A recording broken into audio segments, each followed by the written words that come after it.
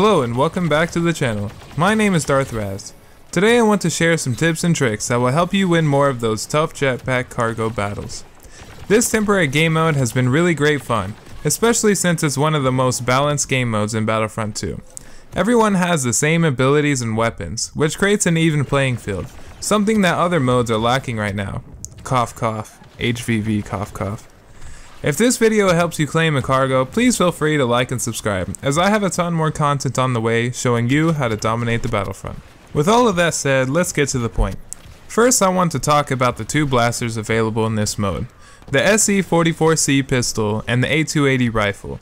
There will be a lot of debate about which one you should roll with, so I'll give you information for both weapons. However, I believe the pistol is the best choice for most people. The SE-44C does have the rapid fire enabled and is really great in almost any situation. At close to medium range, you can melt down your opponents, but at longer ranges, this pistol starts to show its weakness.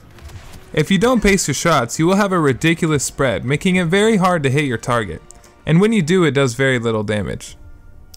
Also, the pistol is better at aerial combat than the rifle, because you don't have to be as accurate at closer ranges. You really have to place your shots well with the A280 rifle, especially mid-air. However, it does considerably more damage at all ranges. If you like to stick back on buildings and pick off enemies, the more powerful rifle will probably be the way to go. If you like to jetpack all over the place and have an in-your-face playstyle, then the pistol will be the weapon of choice. Ultimately, it boils down to personal preference, but for most people, the pistol will be the best all-arounder because of its versatility. But if you consider yourself very accurate, go ahead and try out the rifle. Next, I want to talk about the rocket launcher, which works quite differently than the one on the Jump Trooper in Galactic Assault. In this mode, you can indefinitely switch between your blaster and rockets without waiting for a cooldown.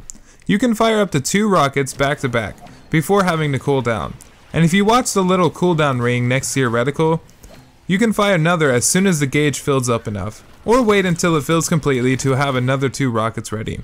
Because of this, I recommend always trying to get the high ground, as if you miss and hit the ground next to your target, the splash damage will weaken them, allowing you to finish them off with your blaster.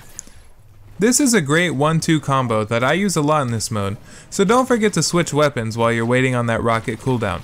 I find myself mainly using the blaster, and only switching to rockets when I jump high in the air and need to one-shot the enemy carrier, already have high ground and can rain down from above, or when my blaster overheats. One annoying thing I notice is that if you use the dash or combat roll and try to pull out your rocket launcher, it will cancel the switch and leave you with your blaster. Even if you try to switch after your dash, it will cancel. So either pull out the launcher before you try to dash, or give it a solid second after you dash to pull it out. I find it's best to get out your launcher while jump packing up or across, or while running. Lastly, just take time to get used to landing those rockets. Aim ahead of your targets, as the rockets take a lot of prediction on where your target will be. Finally, I want to talk about the actual jetpack.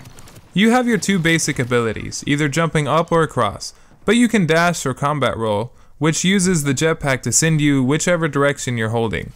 This helps you be very mobile during a firefight, since you can shoot while dashing, unlike the combat roll. Also, if you want to rush the cargo at the beginning of the match, you can use this dash to help you quickly cross the map. Dash forward twice, then jetpack up onto a building, dash forward twice again, then jetpack forward onto another building, dash twice again, and by this time your jetpack up ability should be cooled down.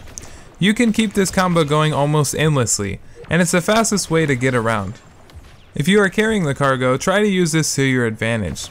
If the enemy team gets the cargo close to your base and you kill them, hold down that location and wait for all the enemies to get to that area. Wait until you can barely hold them off, and then grab the cargo once they all swarm you. Use this endless jetpack method to get to their base as quickly as possible, and because they are all stuck at your base chasing you, you will be running away from enemies instead of into them. This strategy should help you secure the cargo a lot more without being killed halfway across the map. I have a couple tips regarding the sideways jetpack ability. It's best if you jump right before using the ability to help clear any obstacles in your way and get the full distance. Also, you can use this ability at the bottom of stairs going upwards, and it will launch you even higher than that jetpack up ability.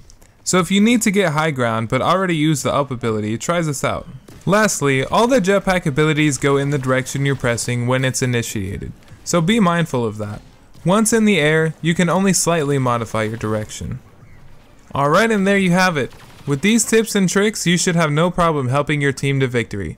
Stick with the pistol, have teammates around when you're the carrier, and practice those rocket shots.